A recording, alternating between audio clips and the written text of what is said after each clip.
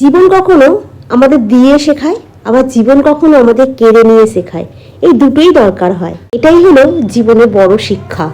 Morning বন্ধুরা, কেমন আছো তোমরা সবাই? আশা করছি তোমরা সকলে খুব ভালো আছো। আমিও বেশ ভালো আছি। আজকে সকালবেলা উঠে ক্যামেরা অন করিনি, আজকে তো বুলুকে ছুটি দেবে।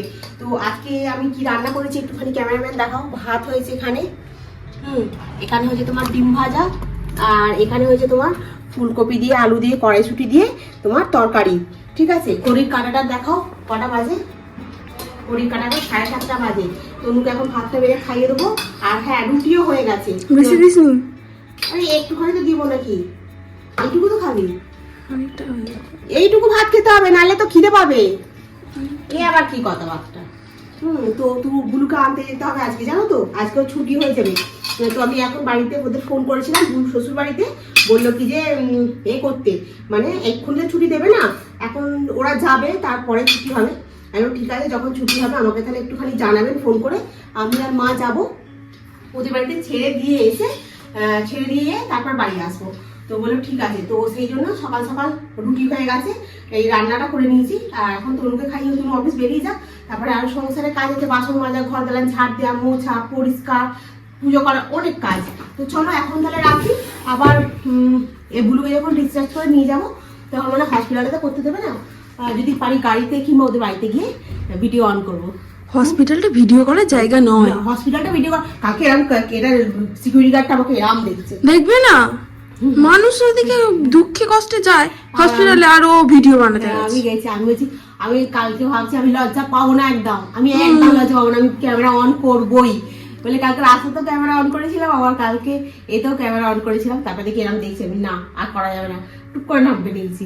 তো চলো বন্ধুরা, এখন ওকে খাইয়ে দিই, দিয়ে তারপরে বাকি কাজগুলো সারি, সেরে আবার তাড়াতাড়ি করে বেরোতে হবে। এখন 7:30 অলরেডি বাজে। চলে আসো, বসো। ওখান থেকে সবজি কালকে নিয়ে আসবো কি করে, কালকে তো ওখানে অপারেশন হচ্ছিল, বসেছিলাম তো। আর সবজি কিনতে গেলে সবাই বলবে তুই আবার এখান থেকে সবজি কেনার জন্য এসেছিস, ওই জন্য তো সবার এক একটা কথা হবে, যাইনি কেন। আর কাল থেকে সবজিগুলো এখানে আমার পড়েই আছে, তোলাই হয়নি।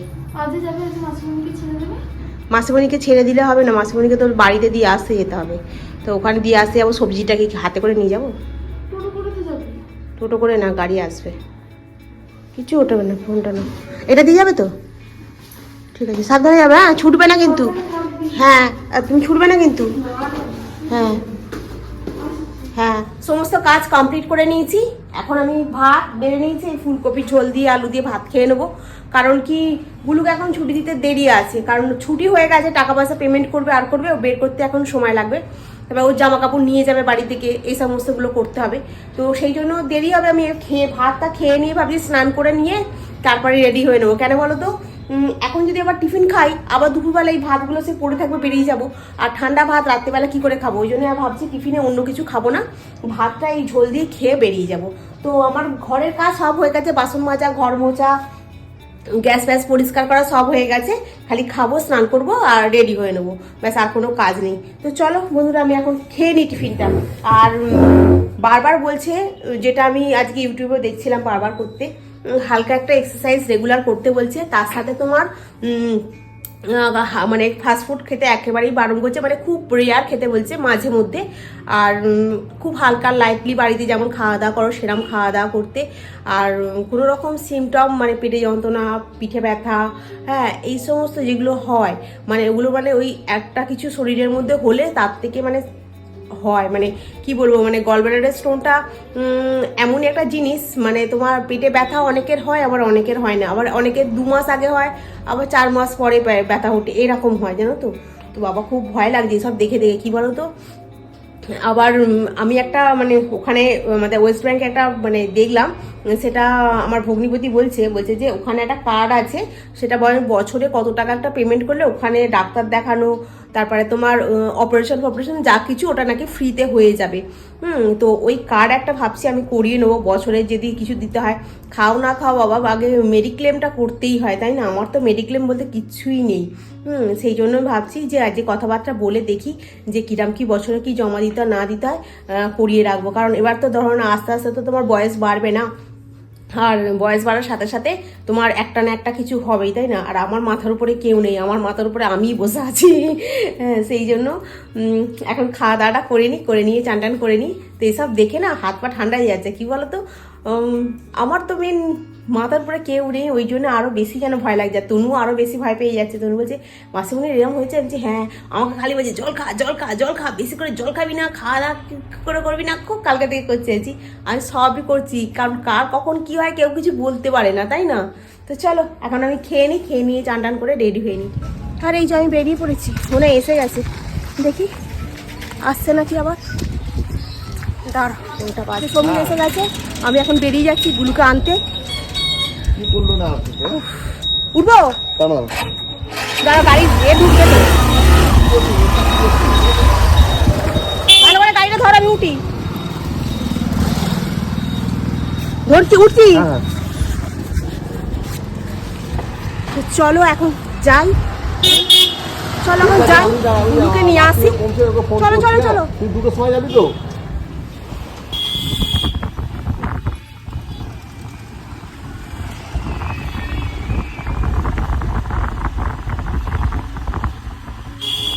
আর এই যে যাচ্ছি, বুলুকে ওখানে আজকে ভাত দিয়েছিল খেতে, ভাত মাছ একটা তোমার কি সবজির তরকারি এসব দিয়েছিল। ও খেয়ে দিয়ে রেডি হয়ে নিয়েছে, বসে আছে এখন।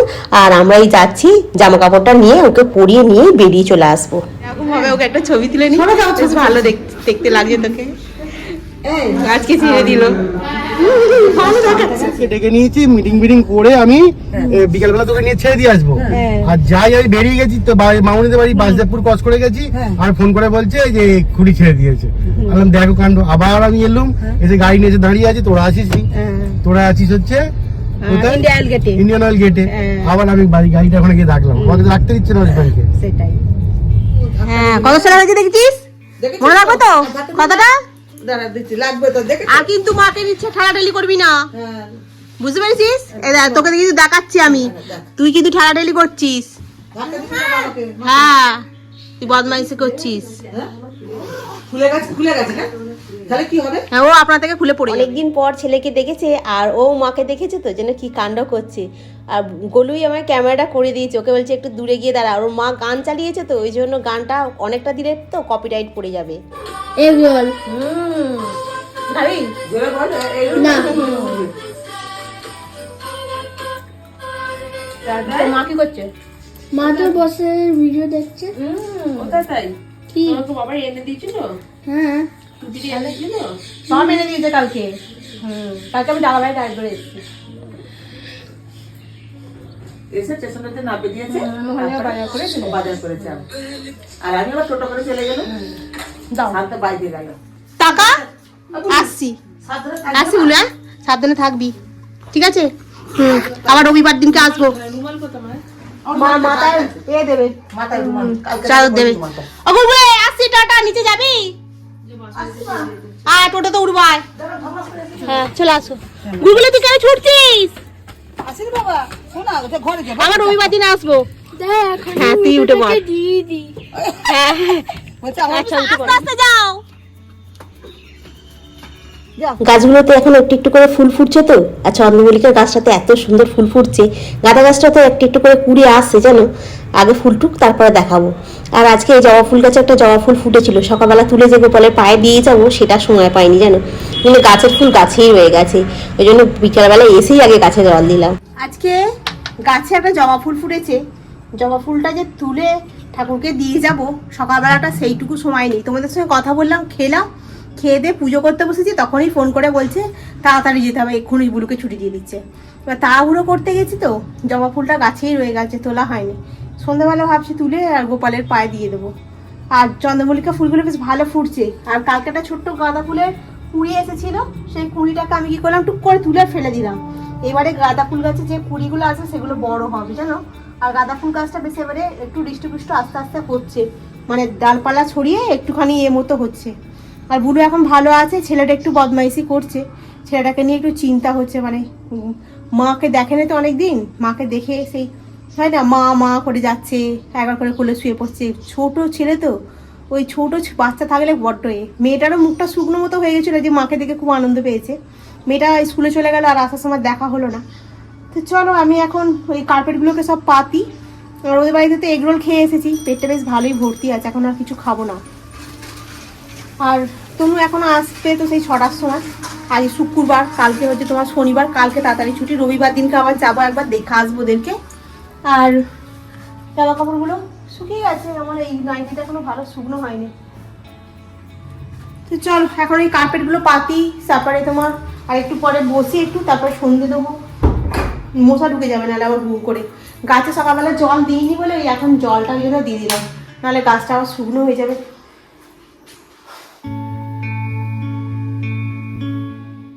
তখন গাছে জল টল দিয়ে না একটু বিছানায় এসে বসেছিলাম, বসে থাকতে থাকতে ঘুমিয়ে পড়েছিলাম জানো তো। আর এই সন্ধ্যাবেলা উঠে এখন চা করলাম।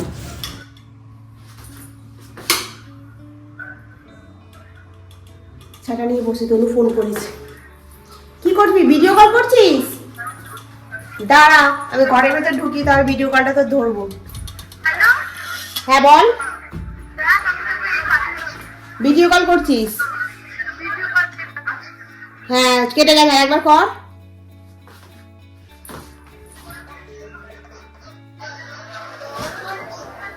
হ্যাঁ প্রচুর ভিড়।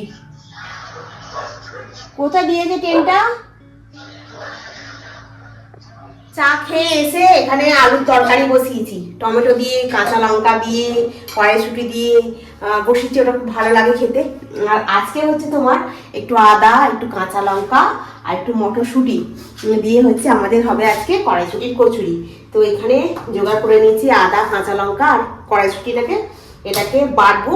আর এখানে আটা মেখে রেখেছি, আটা নয় ময়দা মেখেছি। ময়দা যেমনভাবে মাখে আর কি, একটু নুন, একটু তেল, একটু চিনি সব দিয়ে মেখে রেখে দিয়েছি। তো চলো অনেকদিন পর আজকে কড়াইশুঁটি কচুরি মানে খাওয়া হবে।